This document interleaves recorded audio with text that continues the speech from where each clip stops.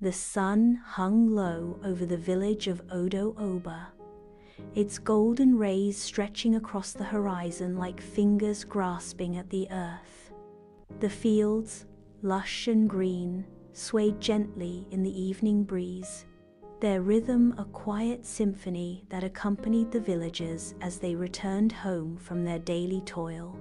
Among them was Ademola, his broad shoulders hunched under the weight of a sack of yams, his calloused hands gripping the rough fibers tightly. His face, though weathered by years of labor, bore a quiet determination, a fire that burned deep within him, fueled by dreams of a life beyond the fields. His father's words echoed in his mind. A man is only as strong as the woman by his side. Choose one who will help you rise, who will bear your burdens and stand firm with you. But little did Ademola know that the woman who would stand beside him would not only bear his burdens, but also threaten to break his spirit. The courtship between Ademola and Kiki was a whirlwind of stolen glances, whispered promises, and shared dreams. Kiki's laughter was a melody that seemed to silence the world around her, and Ademola, captivated, believed her words about building a future together. But the day after their wedding, cracks began to show.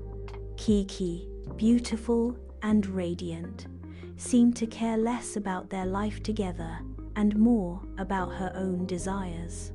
Days turned to weeks, and Ademola found himself working harder, his back bent under the weight of responsibilities that Kiki seemed to shirk. "Ademola," she would say with a sweet smile, "you're strong. Let me rest and take care of myself. You do the work, and I'll make sure everyone knows how hard you try." Her words, though sweet, filled him with bitterness. Whispers spread through the village about Kiki's borrowing habits. Small things at first, but then it grew. A basket of cassava here, a jar of honey there. Ademola was forced to apologize to neighbors, repaying debts he had not incurred. But what he did not know was that Kiki had a secret, a bank book hidden beneath her bed, filled with the transactions of a life unknown to him. Kiki had come from wealth. Her father, a successful merchant, had left her with an inheritance, and she used this hidden wealth not out of necessity, but to fuel her bitterness. Years before, a man she had loved had betrayed her, and she vowed never to let herself be vulnerable again.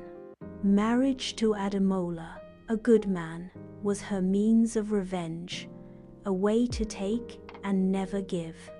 As the months passed, Ademola's body grew weaker. His once broad shoulders now stooped under the heavy load. One fateful day, he returned to find Kiki speaking to Auntie Titi. When Ademola approached, the conversation stopped abruptly, and Kiki turned away. Something was amiss. That night, he confronted her, his frustration boiling over. "Where has the money gone? Where has the food gone?" he demanded. Kiki's cold reply shattered him. "You are nothing but a fool." Her venomous words stung,